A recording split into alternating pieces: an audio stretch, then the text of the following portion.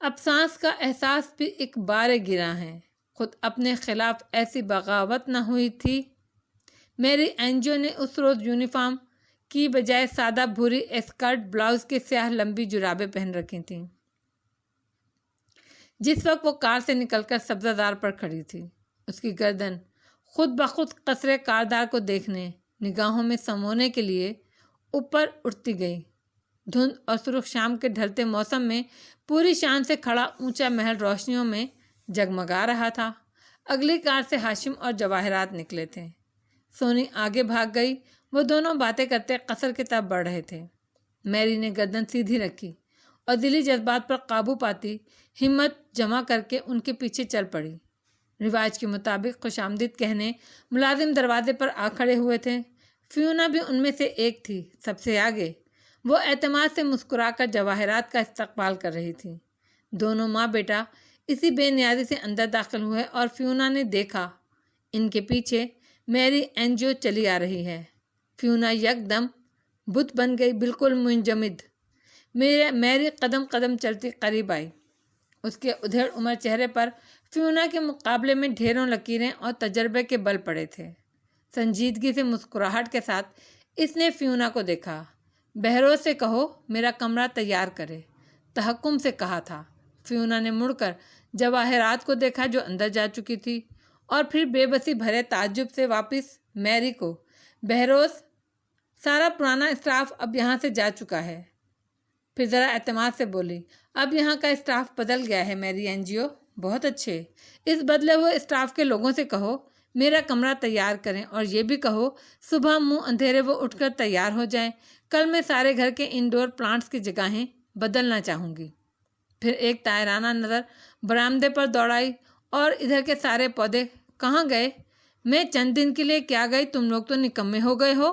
ڈپٹ کر بولتی وہ اندر بڑھ گئی۔ فیونا ہکا بکا سی ساکت کھڑی رہ گئی۔ اندر اپنے کمرے کی طرف بڑھتی جواہرات کہہ رہی تھی، میری مساج کے لیے سامان تیار کرو، میرے پیروں میں بہت درد ہو رہا ہے۔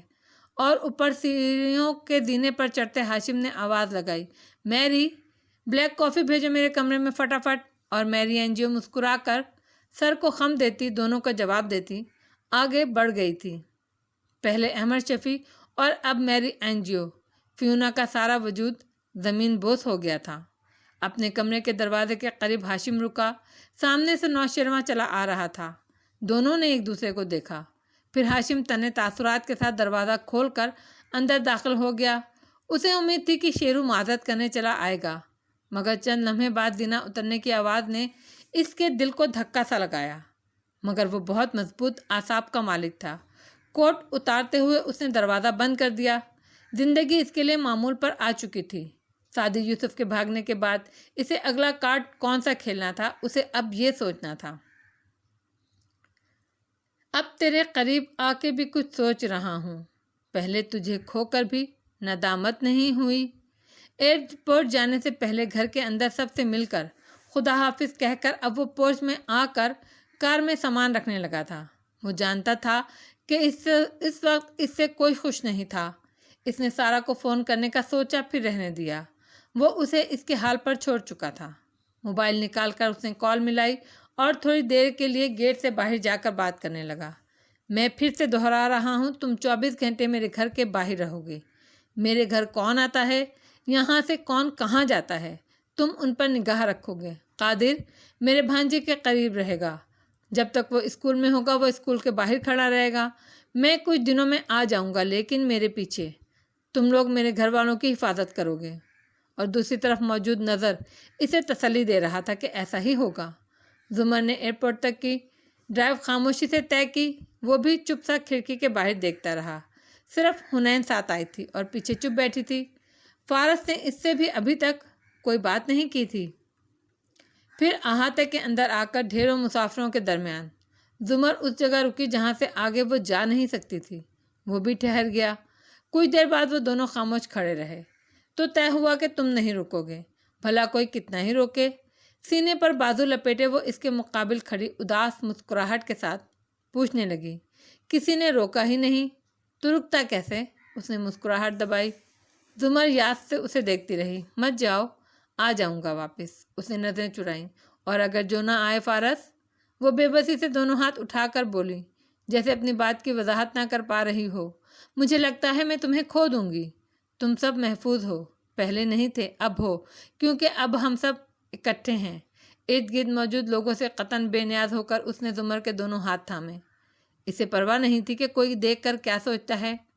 ہاتھ تھامنے کا مطلب صرف رومانس نہیں ہوتا۔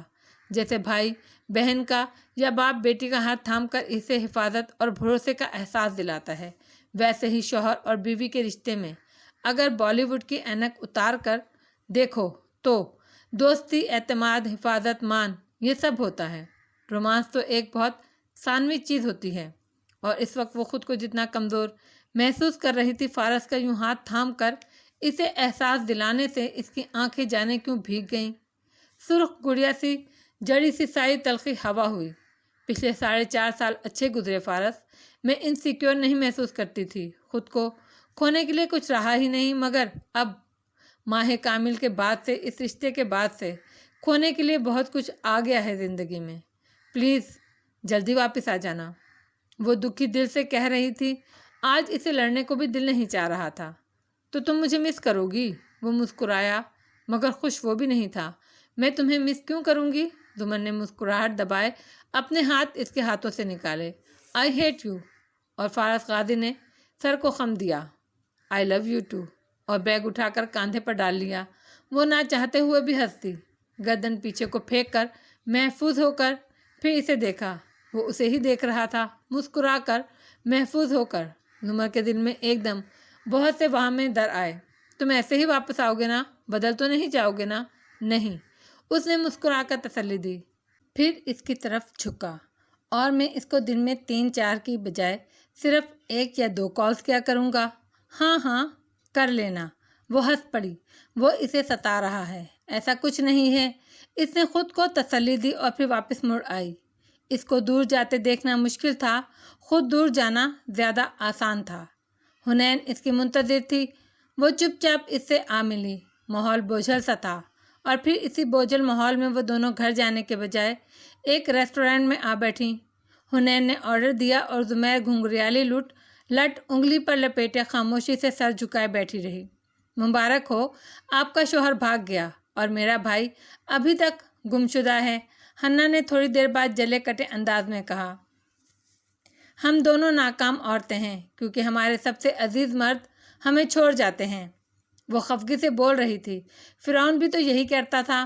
قرآن مجید میں اللہ نے فرمایا ہے، بار بار کہ بنی اسرائیل وہ تمہارے بیٹوں کو قتل کرتے تھے اور بیٹیوں کو زندہ چھوڑ دیتے تھے، بیٹیوں کو نہیں، عورتوں کو۔ زمر نے دھیمی آواز میں تصحیح کی، مگر وہ نہیں سن رہی تھی۔ یہ عذاب تھا بنی اسرائیل کا، ایسی ذلت کہ کوئی آپ کے مردوں کو مار دے اور عورتوں کو چھوڑ دے، اکیلی عورتوں کو۔ بنی اسرائیل کی بے بسی اور لاچاری تو دیکھو، بالکل ہماری طرح۔ ہاں ٹھیک ہے، یہ آیت بنی اسرائیل کی بے بسی بیان کرتی ہے، مگر اس کے اور زاویے بھی ہیں۔ زمر نے نرمی سے اسے مخاطب کیا۔ مثلاً کون سے؟ وہ سخت جلی کٹی بیٹھی تھی۔ فارس اس سے بات تک کر کے نہیں گیا تھا۔ بہت سے ہوں گے حنین، وہ جیسے اس ذکر سے اعتراض برت رہی تھی۔ اتنے برس سخت دل کے ساتھ گزارے تھے، اب کیا پگھلنا؟ آپ بتائیں، میں سن رہی ہوں۔ حنا نے لہجہ ذرا دھیما کیا۔ ہر آیت کے بہت سے رموز، بہت سے زاویے ہوتے ہیں۔ 1 منٹ زمر، میں نے ایک بات بھائی سے کبھی نہیں پوچھی، پہلے ضرورت نہیں پڑی، لیکن اب میں خود کنفیوز ہو رہی ہوں کہ جیسے بھائی کی فیس بک پر تفسیر ویڈیوز ہیں، وہ ذرا ہچکچائی، ہم جیسے عام لوگ قرآن کی تفسیر کیسے کر سکتے ہیں؟ زمر دونوں کوہنیاں میز پر جمائے آگے کو ہوئی اور سنجیدگی سے اسے دیکھا۔ ہم جیسے عام لوگ قرآن کی تفسیر کر بھی نہیں سکتے۔ تفسیر تو مفسر کرتے ہیں، عربی گرامر، صرف نحو وغیرہ کی باتیں، حقائق کی حوالہ جات، آیات کا شان نزول وغیرہ بتانا۔ تو پھر وہ جو بھائی کے فیس بک گروپ میں اس کی ویڈیوز ہیں، وہ کیا ہے؟ زمر لمحے بھر کے لیے چپ ہوئی۔ آنکھیں نیچے جھکا کر اس نے گویا کچھ سوچا۔ حنا کے ماتھے کے بل غائب ہونے لگے اور اس کی آنکھوں میں دلچسپی اتری۔ پھر زمر نے آنکھیں اٹھائیں۔ فارس کے جانے کا غم دونوں کے دل سے نکل گیا تھا لمحے بھر کے لیے۔ ہمارے رسول صلی اللہ علیہ وآلہ وسلم نے کبھی اپنے آپ کو مفسر نہیں کہا تھا۔ قرآن ایک علمی کتاب بھی ہے، لیکن یہ صرف علمی کتاب نہیں ہے۔ کیا اللہ نے قرآن میں یہ نہیں فرمایا کہ قدر دقت سے اس نے آیت دہرائی؟ یہ نہیں تھا کہ اسے آیت یاد نہیں تھی، بس اس کا یاد آنا اور خود کو یاد دلانا مشکل لگ رہا تھا۔ یعنی ہم نے نازل کی آپ پر یہ کتاب جو مبارک ہے تاکہ آپ اس میں تدبر یعنی غور و فکر کریں اور اس کے ذریعے عقل مند لوگ نصیحت پکڑیں۔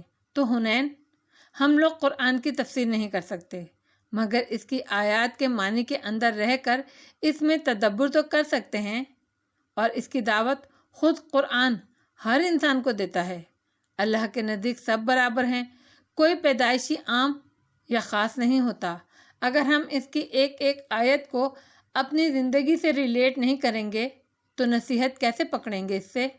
دیکھو، میں واقعی بہت نیک نہیں ہوں، اس کو پڑھتی بھی نہیں ہوں، مگر میں جو قرآن کا مقصد سمجھی ہوں وہ یہ ہے کہ یہ ہر انسان کے لیے نصیحت ہے۔ یہ صرف تفسیر نہیں ہے، یا یہ صرف علمی کتاب نہیں ہے۔ حنین پیچھے کو ہو کر بیٹھی۔ ویٹر آرڈر سرو کرنے لگا، مگر زمر ادھر متوجہ نہیں تھی۔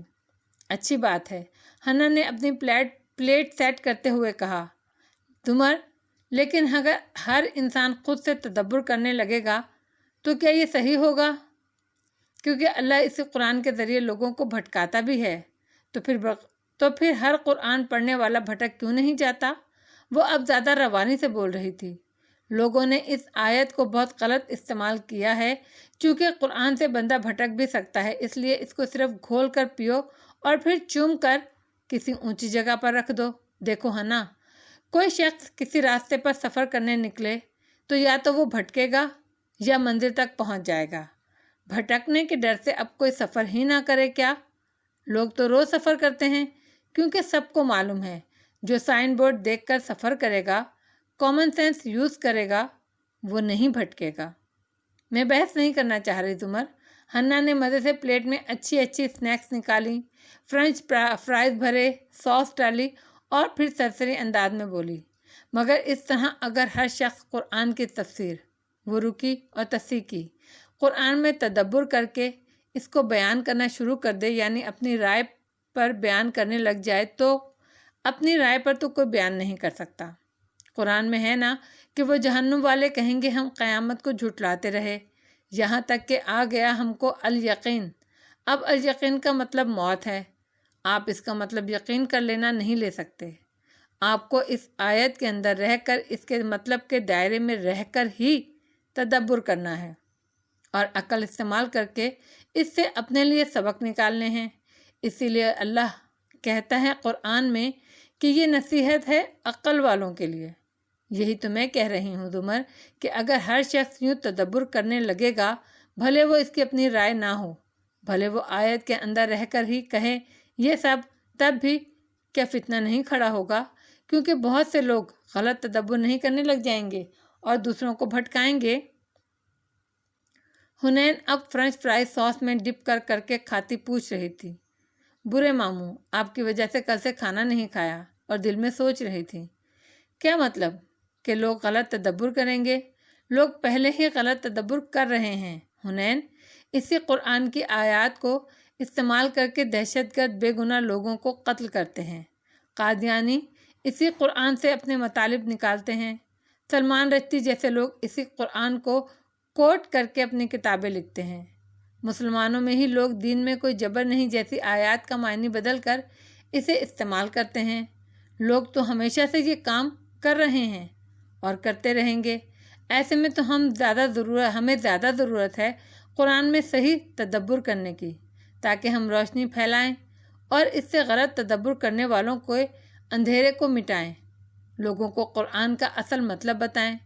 وہی تو زمر، اگر ہم بھی تدبر کو فروغ دیں گے تو یوں لوگوں کے غلط تدبر کا رسک بڑھے گا۔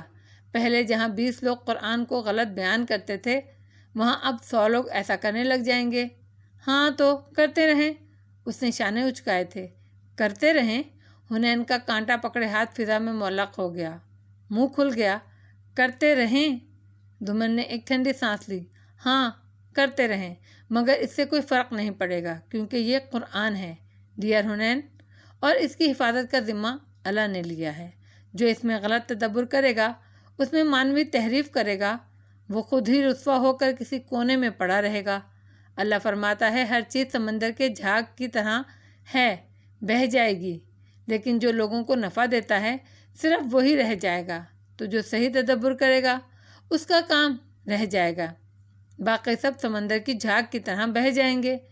کتنے عرب شعراء نے قرآن کی طرح کلام لکھنے کی کوشش کی، کہاں ہے ان کا کلام؟ کہاں ہے سلمان رشدی کی کتاب؟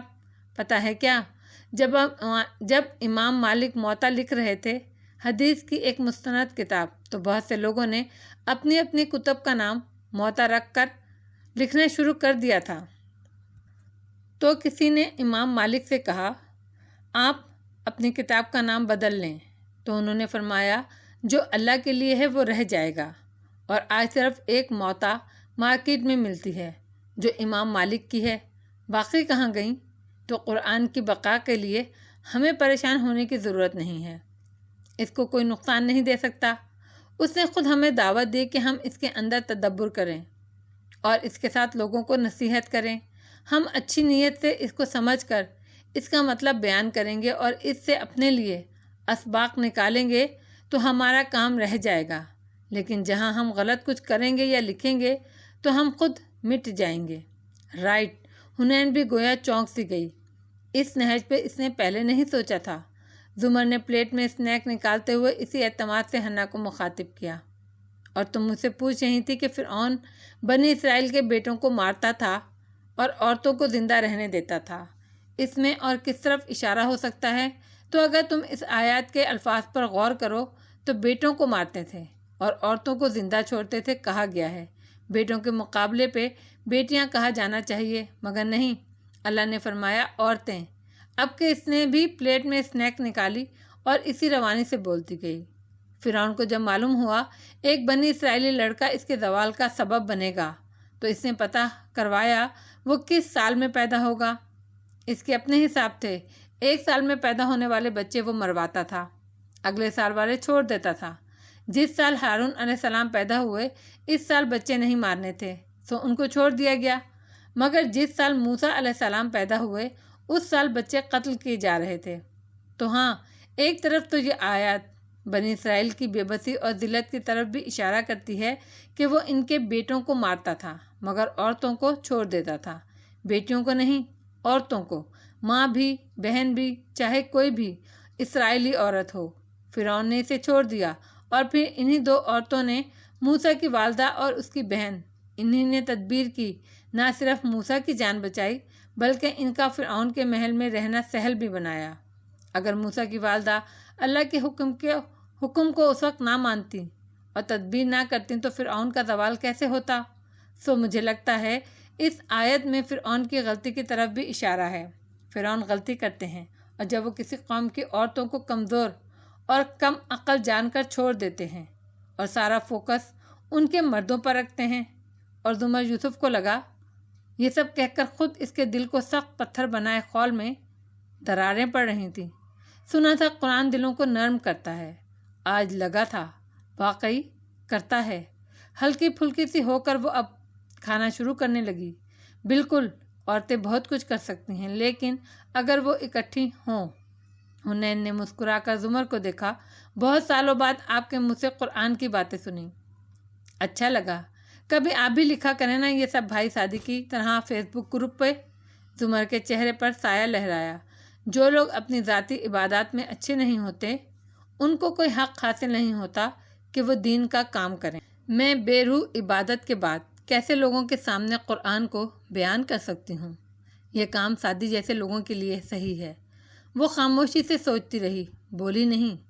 حنا اب سارا غم بلائے کھانا کھا رہی تھی۔ کاش کسی دن وہ کسی بیکری میں بند ہو جائے اور سب کچھ چٹ کر جائے۔ وہ بچپن کی معصوم خواہش آج پھر دل کو گدگدانے لگی تھی۔ ملنے کو زندگی میں کئی ہم سفر ملے، لیکن طبیعتوں سے طبیعت نہیں ملی۔ ہاکر 400 فضا میں تیر رہا تھا اور نیچے پھیلی دنیا کی سردی کے برعکس اس کے اندر کا ماحول گرم اور آرام دہ تھا۔ چھوٹی چکور کھڑکی سے باہر دیکھتے فارس کی آنکھوں میں گہری سوچ تھی۔ ابرو ذرا اکٹھے کیے ہوئے تھے اور سر پر سیاہ پی کیپ پہن رکھا تھا۔ اس کی نشست کے مقابل آبی بیٹھی تھی۔ اس نے سرخ ریشمی رومال سر پر باندھ کر گردن کے پیچھے گرا لگا رکھی تھی اور رومال سے نکلتی بھوری سرخ چوٹی بائیں شانے پر آگے کو ڈال رکھی تھی۔ وہ ہتھیلی پر چہرہ جمائے سرخ لب کاٹتی سرمئی آنکھیں فارس پر مرکوز کیے ہوئے تھی۔ اس کے چہرے پہ معصومیت اور خوشی دونوں تھیں۔ ملازم ٹرے لیے اس کے پاس آ کر کھنکارا تو وہ چونکی، گردن اٹھا کر اسے دیکھا اور تھینک یو آفتاب کہتے ہوئے گلاس اٹھا لیا۔ ملازم فارس کی طرف بڑھا ہی تھا کہ اس نے کھڑکی سے باہر دیکھتے ہوئے گردن موڑے بنا نو تھینکس کہا۔ آبی نے ہاتھ کے اشارے سے آفتاب کو جانے کا کہا۔ وہ ایک خاموش نظر فارس پر ڈال کر مڑ گیا۔ وہ دونوں تنہا رہ گئے تو آبدار کھنکاری، کیپ اتار دیں، میرے ملازم کسی کو کچھ نہیں بتائیں گے۔ فارس نے سنجیدہ چہرہ اس کی طرف موڑا۔ اس نے 3 دفعہ مجھے سر سے پیر تک دیکھا ہے۔ میرے ذہن میں میری پروفائلنگ کر رہا ہے۔ وہ اپنا لینڈ کرتے ہی وہ آپ کے والد کو کال کرے گا اور ان کے سامنے مجھے پروفائل کرے گا۔ نہیں، وہ قابل بھروسہ آدمی ہے، آپ فکر مت کریں۔ وہ مجھے بالکل فکر نہیں ہے آبدار، میں چاہتا ہوں وہ آپ کے والد کو بتائے۔ وہ بے تاثر نظروں سے اس کو دیکھ کر بولا تھا۔ آبدار کی آنکھیں اس پر ساکت سی ہو گئیں۔ جی، میں اپنے کام خود کرتا ہوں، لیکن جب کوئی کام بساط سے بڑھ کر لگے تو اس کا بوجھ بانٹ دیتا ہوں۔ میں نہیں چاہتا کہ ہاشم جانے میں کولمبو جا رہا ہوں۔ اس کے لیے جو کر سکتا ہے وہ کیا، لیکن قوی امکان ہے کہ کوئی مجھے دیکھ لے اور ہاشم کو بتا دے، سو میں نے آپ کے ساتھ جانے کو ترجیح دی، کیونکہ آپ کا عملہ ضرور آپ کے والد کو بتائے گا اور میرے حصے کا آدھا کام وہ کریں گے۔ اور آپ کو کیوں لگتا ہے کہ بابا ہاشم سے اس بات کو محفوظ رکھنے کی کوشش کریں گے؟ کیونکہ آپ میرے ساتھ ہیں۔ وہ آپ کو 2 دشمنوں کی فائر لائن کے درمیان نہیں کھڑا کرنا چاہیں گے۔ وہ ہلکا سا مسکرایا۔ کیپ نے اس کی آنکھوں پر اندھیرا سا کیا ہوا تھا۔ یعنی آبی متحیر رہ گئی۔ آپ مجھے استعمال کر رہے ہیں؟ جی، میں آپ کو استعمال کر رہا ہوں۔ وہ کھڑکی کے باہر دیکھنے لگا۔ آبی کو پھر بھی برا نہیں لگا۔ کوہنی سیٹ کی ہتھی پر جمائے ہتھیلی پر چہرہ گرائے اس کو دیکھتے ہوئے سوچ کر بولی، میرا خیال تھا ہم دوستوں کی طرح جا رہے ہیں۔ ہم دوست نہیں ہیں آبدار، آپ مجھے آبی کہہ سکتے ہیں۔ اوکے، فارس نے سر کو خم دیا اور بات دہرائی، ہم دوست نہیں ہیں مس عبید، وہ آپ کے ذاتی مسئلے ہیں، میں آپ کی مدد کر رہی ہوں، پھر بھی یہ ذاتی نہیں ہے میرے لیے۔ اس نے سنجیدگی سے چہرہ آبدار کی طرف موڑا۔ یہ میرے لیے کام ہے، مجھے کچھ کام کرنے ہیں واپس جانے سے پہلے۔ اور وہ رک گیا۔ کدھر واپس جانے سے پہلے؟ وہ چونکی، چہرہ ہتھیلی سے اٹھایا اور سیدھی ہو کر بیٹھی۔ فارس چند لمحے اس کی آنکھوں میں دیکھتا رہا۔ جیل واپس جانے سے پہلے۔ آبی دھک سے رہ گئی۔ آپ دوبارہ جیل کیوں جائیں گے؟ فارس نے کافی دیر جواب نہیں دیا، لیکن جب وہ اسی طرح اسے دیکھتی رہی تو وہ قدر نرمی سے بتانے لگا، جب 4 سال کی قید کاٹ کر نکلا تھا تو میرے پاس ایک پلان تھا، سب اسی کے مطابق کر رہا ہوں۔ یہ میرا کام ہے، ورک ہے، پرسنل نہیں ہے، اور اس کا انجام ایک ہی طرح سے ہوگا۔ مجھے واپس جیل جانا ہے ان جرائم کے لیے جو میں نے ابھی کرنے ہیں، مگر اس سے پہلے مجھے اپنی فیملی کو محفوظ کرنا ہے اور سعدی کو واپس لانا ہے۔ آبدار چند لمحے کچھ بول نہیں سکی۔ پھر ذاتی کیا ہے آپ کے لیے؟ کیا آپ اپنے لیے نہیں جیتے؟ میری ایک بیوی ہے جسے میں جھوٹ بول کر آیا ہوں، میری ایک بھانجی ہے جس سے میں بات کیے بنا آیا ہوں، میرا ایک دوست ہے جس سے لڑا ہوں میں کل رات، مگر ذاتیات میں آپ سے ڈسکس نہیں کرنا چاہتا، اس لیے ہم اس طرف نہیں جائیں گے۔ اس نے حد بندی واضح کی۔ آبی بس اس کو دیکھ کر رہ گئی۔ اسی لیے مسز عمر اور آپ کی ڈائیورس ہونے جا رہی ہے۔ فارس نے چونک کر اسے دیکھا۔ آپ آخر میں جیل جانا چاہتے ہیں، اسی لیے ان کو آزاد کر دیں گے؟ حیران مت ہوں، مجھے مسز کاردار نے بتایا تھا۔ فارس نے خاموشی سے سر کو اسبات میں خم دیا۔ کون سا جرم ہے جو آپ کرنا چاہتے ہیں؟ یہ ذاتی تو نہیں ہے، ورک ہے نا، اس لیے بتا دیں۔ جہاز کے اندر ایک دم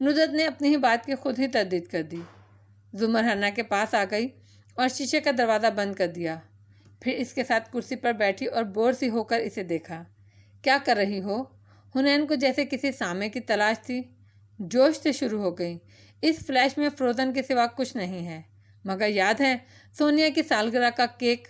اس نے پچھلے سال کی سیاہ سنہری سالگرہ یاد دلائی۔ باربی کیک تھا، پنک باربی۔ جواباً ہنا نے اسکرین پر چند تصاویر نکالی۔ سونی کی سالگرہ کی تصاویر؟ یہ باربی لگتی ہے مگر یہ باربی نہیں ہے۔ اس کی شکل غور سے دیکھیں، یہ آنا ہے، پرنس آنا۔ سونی کو فروزن پسند ہے۔ تمہیں کیسے پتا؟ زمر کون سا بچہ ہے جس کو فروزن نہیں پسند؟ مگر سونی اپنے باپ کی طرح دل میں کچھ چبھا، بہت انا والی ہے۔ وہ کھلم کھلا یہ ظاہر نہیں کر سکتی کہ وہ بھیڑ چال کا حصہ بن کر عام لوگوں کی طرح کسی فلم کی دیوانی ہے۔ وہ مختلف ہے۔ اس نے آنا اور باربی کو مکس کر کے ایک نئی ڈول بنائی۔ یہ بات ہم نے نوٹ نہیں کی، مگر سونی کے دوست بچوں نے نوٹس کی ہوگی اور اس کی واہ واہ ہو گئی ہوگی۔ وہ جوش سے بتا رہی تھی۔ فلیش ہنا، زمر نے یاد دلایا۔ ہاں ہاں وہی۔ اس فلیش میں صرف فروزن ہے۔ یہ فلیش ہاشم کے ڈیٹا سے بھری ہونی چاہیے تھی، ہے نا؟ مگر فلیش کو خالی دیکھ کر میں سمجھی یہ غلط فلیش ہے، جبکہ ایسا نہیں ہے۔ اس میں ہاشم کا وہی ڈیٹا تھا۔ فروزن بھی اسی کے ڈیٹے میں ہوگی۔ سونی نے ڈاؤن لوڈ کی ہوگی نا۔ اس فلیش میں زمر، ہاشم کی ساری فائلز موجود تھیں، مگر کسی نے فروزن کے سوا سب کچھ مٹا دیا۔ مگر کسی نے؟ کس نے؟ زمر نے چونک کر پوچھا۔ یہ تو سعدی بھائی ہی بتا سکتا تھا۔ اس نے گہری آہ بھری۔ یہ ایسا ذکر تھا جس پر دونوں خاموش ہو گئیں۔ باہر سے امی کی پکار پھر شروع ہوئی۔ ہنا، میرا میل باکس فل ہو رہا ہے۔ ایک تو امیوں کو اسمارٹ فون نہ لے کر دے بندہ، مصیبت میں اولاد آ جاتی ہے۔ جل کر بولی، پھر چہرہ اونچا کر کے آواز لگائی، میں بزی ہوں امی، رات میں دیکھ دوں گی۔ پھر وہ زمر کی طرف گھومی اور چمکتی آنکھوں کے ساتھ اعلان کیا، مجھے وہ فائلز چاہیے ہیں۔ میں ہاشم کے کمپیوٹر کو ہیک کرنے لگی ہوں اور مجھے کسی کا ڈر نہیں ہے۔ زمر خاموش رہی۔ وہ اس کے ساتھ تھی، خبر نہیں تھا اب ڈر کیسا۔ اچھی لگتی نہیں اس درجہ شناسائی، ہاتھ ہاتھوں سے ملاتے ہوئے تھک جاتا ہوں۔ کولمبو پہ شام نیلی اور بھیگی بھیگی سائے پھیلانے لگی۔ ایسے میں اس بلند و بالا عمارت سے فارس نکلتا دکھائی دے رہا تھا۔ وہ بھورے سویٹر اور نیلی جینز میں ملبوس، جیبوں میں ہاتھ ڈالے، سنجیدہ سی سنہری آنکھوں سے سامنے دیکھتا چلتا جا رہا تھا، جب قریبی کیفے کا گلاس ڈور کھلا اور اندر سے آبدار نکلتی دکھائی دی۔ نیلی جینز پر سفید گھٹنوں تک آتا کوٹ پہنے، اس کے سیدھے سرخ بال کمر پر گر رہے تھے۔ سر کے اوپر سرخ ریشمی رومال باندھ کر گردن کے پیچھے گرا لگا رکھی تھی۔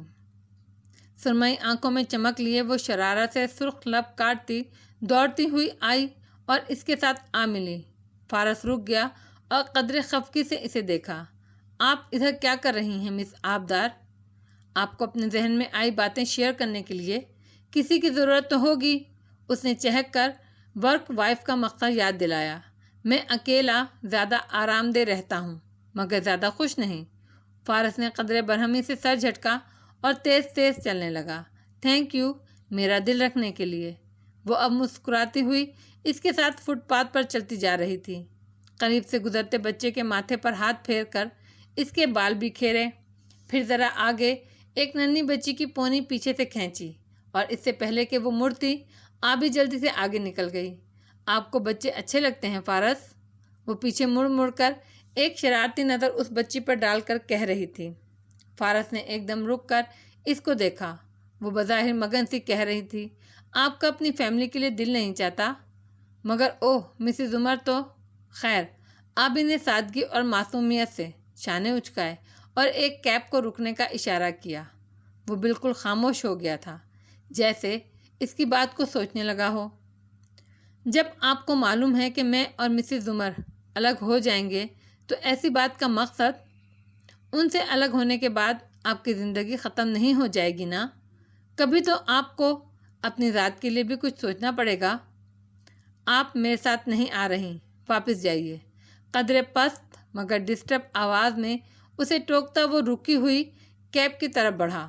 کیب ڈرائیور اب گردن نکال کر اس سے کچھ پوچھ رہا تھا۔ وہ آگے کو جھکا اور مطلوبہ پارک کا نام لیا۔ ڈرائیور نے ایک نظر سر سے پیر تک اسے دیکھا اور پھر اس بات کا اشارہ کرتے ہوئے کرایہ بتایا۔ اتنے پیسوں میں تو ہم پورا کولمبو گھوم لیں گے، فورنر جان کر لوٹو نہیں۔ آبی چمک کر کہتی ہوئی آگے آئی۔ تمہارا میٹر دیکھ سکتی ہوں میں؟ اوہ، اسٹینڈرڈ کرایہ بھی معلوم ہے مجھے۔ پھر معصومیت سے فارس کو دیکھا۔ اب بھی ساتھ لے کر نہیں جائیں گے کیا؟ اور کیب کا دروازہ کھول لیا۔ وہ سر جھٹک کر رہ گیا۔ وہ تو ہارون عبید اور ہاشم کاردار کو آمنے سامنے لانا چاہ رہا تھا، مگر یہ اچھی بلا پیچھے پڑ گئی تھی۔ وہ پارک کافی بڑا اور خوبصورت تھا۔ وہاں غیر ملکی سیاحوں کی بہتات تھی۔ وہ دونوں اندر داخل ہوئے تو فارس نے موبائل نکال کر اسکرین دیکھی۔ پارک کے وسط میں پین کا سگنل آ رہا تھا۔ اتنے بڑے پارک میں ہم کہاں ڈھونڈیں گے اس پین کو؟ آبدار کو مایوسی ہوئی۔ وہ خاموشی سے ادھر ادھر دیکھتا آگے بڑھتا آیا، یہاں تک کہ اس کے قدم رک گئے۔ سگنل کی جگہ اس کے اپنے فون سے قریباً چند میٹر دور تھی۔ اس نے آنکھوں کی پتلیاں سکیڑ کر دیکھا۔ سبزہ زار پر چند میٹر دور ایک ٹکٹ کی کھڑکی تھی اور اندر ایک باوردی ملازم کھڑا لوگوں کو ٹکٹ دے رہا تھا۔ وہ پین اس ٹکٹ کیبن میں ہے، آؤ۔ وہ اسے اشارہ کرتا گھاس پر آگے آیا۔ کیبن کے اندر کھڑا ملازم سر جھکائے کمپیوٹر پر ٹائپ کر رہا تھا۔ سامنے قطار لگی تھی۔ وہ دونوں بھی قطار میں کھڑے ہو گئے۔ آبی اس کے آگے تھی اور وہ پیچھے۔ ان کی باری آئی تو آبی اس سے سنہالی میں ٹکٹ کا پوچھنے لگی۔ فارس نے گردن ذرا اٹھا کر اندر جھانکا۔ شیشے کی دیوار سے اندر کا منظر واضح تھا۔ بڑی سی ڈسٹ بن میں فاسٹ فوڈ کے چند خالی ڈبے رکھے تھے۔ ٹکٹ کلر کے جوتوں پر سوکھا ہوا کیچڑ لگا تھا اور وہ جمائی روکتا کمپیوٹر پہ کچھ ٹائپ کیے جا رہا تھا۔ ساتھ ہی سنہری قلم کاؤنٹر پہ رکھا تھا۔ پین دیکھ کر آبی کی آنکھیں چمکیں، مگر چلو جلدی، اس نے پیچھے سے آہستہ سے سرگوشی کی۔ آواز میں بے چینی تھی۔ آبی نے جلدی سے وہ ٹکٹ تھامے اور پھر متحیر متجر سی قطار سے نکلی۔ پھینکو ان ٹکٹس کو اور یہاں سے نکلو، وہ غیر آرام دہ انداز میں رفتار بڑھاتا کہہ رہا تھا۔ مگر کیوں؟ وہ پین اس کے پاس تھا، اسے پوچھو تو صحیح کہ۔ کوئی فائدہ نہیں، سادھی ادھر نہیں ہے۔ وہ بمشکل اس کی رفتار کا ساتھ دے پا رہی تھی۔ جب وہ باہر آ گئے اس نے پھولی سانس کے ساتھ خفگی سے پوچھا، وہ پین سامنے تھا آپ نے؟ فارس اس کی طرف گھوما اور سنجیدگی سے اسے دیکھا۔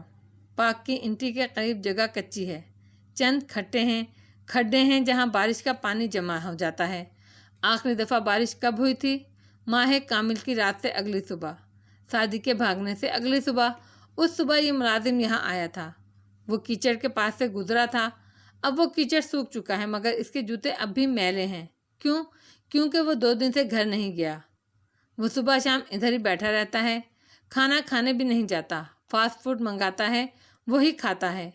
ایک ٹکٹ کلرک فاسٹ فوڈ، وہ بھی اتنا سارا، کیسے افورڈ کر سکتا ہے سوائے اس کے کہ کوئی اس کو کھانا پہنچا دیتا ہے تاکہ وہ یہاں بیٹھا رہے، اور اگر کوئی سادی کے پین کی تلاش میں آئے تو وہ اس کو پکڑ لے۔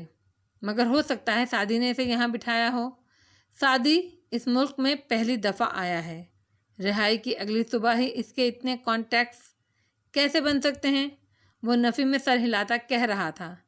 کسی کے پاس سادی کا پین ہے اور وہ اس میں موجود جی پی ایس ٹریسر سے واقف ہے، اسی لیے وہ اس کو بیٹ کی طرح لگا کر اس شخص کا انتظار کر رہا ہے جس نے اسے وہ پین بھیجا تھا۔ اوہ واو! وہ ایک دم چہکی، پھر شکل پر مسکینیت طاری کی۔ کیا میں اتنے مزے کے ایڈونچر پہ تھوڑا سا خوش ہو سکتی ہوں؟ نہیں، آپ واپس جا رہی ہیں۔ وہ سڑک پر آگے آیا اور اس کے لیے ایک ٹک ٹک روکنے لگا، مگر وہ احتجاج کرنے لگی۔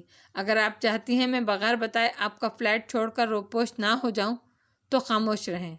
وہ منہ بسور کے کھڑی رہی۔ ٹک ٹک ساتھ آ کر رکا تو فارس نے اشارہ کیا، اب جائیے۔ پھر آواز میں نرمی پیدا کی، صبح ملیں گے۔ اس بات پر وہ ہلکا سا مسکرائی اور اندر بیٹھ گئی۔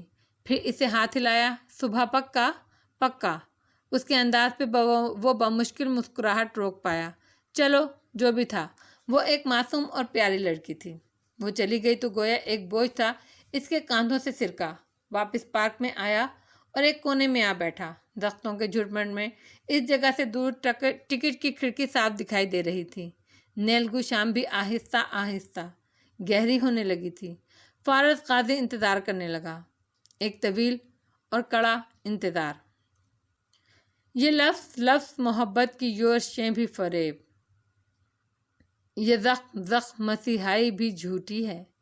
کیڈی پہاڑی شہر تھا، جیسے مری سرسبز پہاڑیاں، نیلا سرمئی بادلوں سے ڈھکا آسمان، خوبصورت موسم اور چائے کے باغات کی سوندھی سوندھی مہک۔ سیاح دور دور سے کینڈی کو انجوائے کرنے آتے تھے، وہ نہیں کر رہا تھا۔ وہ سڑک کے کنارے بنے اوپن ایئر کیفے میں بیٹھا تھا، اینک پہنے، برساتی کے کالر کھڑے کیے، وہ گردن گھما کر ادھر ادھر گہری نظر ڈالتا، پھر کافی کا لگ لبوں سے لگا لیتا۔ سیاہ بیگ اس کے قدموں میں رکھا تھا، بائیں ہاتھ ریسٹورینٹس اور شاپس کی قطاریں تھیں۔ ابھی صبح تازی تھی، شاپس اور ریسٹورینٹ مالکان آ کر اپنی اپنی دکانیں کھول رہے تھے۔ ایسے میں وہ ہر کیفے کے مالک یا اسے کھولنے والے ورکر کو آنکھوں سے اسکین کرتا، پھر رد کر دیتا۔ کوئی شاطر لگتا تو کوئی مکار، کوئی خطرناک، کوئی بے حد ٹھوس۔ تھوڑی دیر بعد ایک درمیانی عمر کی سنہالی عورت ایک کافی شاپ کا لاک کھولتی نظر آئی۔ ساتھ ایک ننھا سا لڑکا بھی تھا جو مسلسل اسے تنگ کر رہا تھا، اور وہ ہانسی ہوئی اسے ڈانٹ رہی تھی۔ سعدی کی آنکھیں چمک اٹھیں، وہ وہاں سے اٹھ آیا۔ اب وہ ذرا دور جا کر ایک اوپن کیفے کے باہر بیٹھ گیا، چہرے کے آگے ایک میگزین پھیلایا۔ اس کی نظریں اسی کافی شاپ پہ تھیں۔ کوئی گھنٹے بھر بعد وہ عورت شاپ سے نکلی، بچہ اس کے ساتھ تھا اور ہاتھ میں سامان کا تھیلا بھی تھا اور ایک لسٹ بھی۔ وہ الجھی ہوئی سی خریداری کرنے لگی۔ سعدی تیزی سے اٹھا، فاصلہ رکھ کر اس کا پیچھا کرنے لگا۔ وہ رکتی تو وہ رک جاتا، مڑ جاتا، کہیں کسی اسٹال پر کچھ دیکھنے لگ جاتا۔ دوپہر کینڈی کے پہاڑوں پر پگھلنے لگی، بادلوں کی اوٹ سے سنہری کرنیں جھانکنے لگیں۔ اب وہ اس کا پیچھا کرتے مارکیٹ کے وسط میں آ چکا تھا۔ یہاں سے وہ مڑ گیا اور 2 گلیاں عبور کر کے ایک تیسری گلی میں آیا۔ ادھر کونے میں ایک لڑکا کھڑا بہت رازداری سے اپنے مخصوص گاہکوں کو ایک طرف بلا کر انہیں منشیات کی پڑیائیں بیچ رہا تھا۔ وہ اسے گزشتہ شام ہی تاڑ چکا تھا۔ اب سیدھا اس کے قریب گیا، جو ادھر ادھر دیکھتا کسی گاہک کا متلاشی تھا۔ سعدی نے اسے آنکھوں سے اشارہ کیا اور دوسری گلی کی جانب قدم بڑھائے۔ منشیات فروش لڑکا ذرا فاصلہ رکھ کر پیچھے آنے لگا۔ جیسے ہی وہ دوسری گلی میں مڑے، سعدی گھوم کر اس کی طرف آیا اور اسے کالر سے پکڑ کر دیوار سے لگایا، پھر رکھ کر ایک مکہ اس کے منہ پر جڑا۔ نکڑ پر کھڑے پولیس والے کے حوالے کر دوں گا تمہیں اگر آواز نکالی تو۔ پستول اس کی پسلی میں چبھوتے وہ غرایا۔ مخملی سا لڑکا گھبرا کر ہاتھ اٹھا دیا اس نے۔ وہ خود بھی نشے کا عادی ہی لگتا تھا۔ میرے پاس پیسے نہیں ہیں، جلدی سے کہنے لگا۔ پیسے میں تمہیں دوں گا، بدلے میں میرا ایک کام کرو گے؟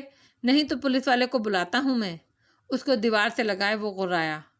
چند منٹ بعد وہ واپسی اسی گلی میں آ کھڑا ہوا تھا جہاں وہ عورت اب بھی ایک دکان سے چیزیں خرید رہی تھی۔ وہ قریبی دکان پہ کھڑا ہو کر اخباریں کھنگالنے لگا۔ اسی لمحے منشیات فروش سنہالی لڑکا اس گلی میں داخل ہوا، اب کہ اس نے منہ پر رومال باندھ رکھا تھا۔ وہ سیدھا اس عورت تک گیا اور ساتھ سے گزرتے ہوئے اس کا پرس اچکا، ایک دم بھاگ کھڑا ہوا۔ عورت پہلے لمحے تو شوق میں رہ گئی اور پھر وہ چلائی، میرا پرس! سعدی بجلی کی سی تیزی سے لڑکے کے پیچھے بھاگا۔ راستے میں اس نے جان بوجھ کر چند اسٹالز بازو مار کر گرائے۔ گلی میں شور و غل برپا ہو گیا۔ کچھ اور لوگ بھی اٹھ کر بھاگے، مگر سعدی نے گلی کے کونے میں اس لڑکے کو جا دبوچا اور نیچے گرایا، پھر پرس واپس جھپٹا، لمحے بھر کو اپنی گرفت ڈھیلی کی اور لڑکے نے ہاتھ میں پکڑا ننھا چاقو اس کے بازو میں اتار دیا۔ سعدی بے اختیار نیچے کو لڑکا دم دبا کر بھاگ چکا تھا۔ وہ عورت دوڑتی ہوئی اس تک آئی، بچہ بھی پیچھے تھا۔ سعدی نے خون بہاتے بازو کو دونوں ہاتھوں سے پکڑے، اٹھتے ہوئے پرس اس کو تھمایا۔ عورت نے پرس پکڑتے ساتھ ہی بچے کو تھمایا اور لپک کر اس کا خون سے سرخ ہوتا گیلا بازو پکڑ لیا۔ آپ کا پرس! سعدی نے نقاہت بھری مسکراہٹ کے ساتھ کھڑے ہو کر کہا، مگر وہ جیسے پرس کی طرف متوجہ ہی نہیں تھی۔ فکر مندی سے کہنے لگی، اس نے کھنکار کر انگلش پلیز کہا۔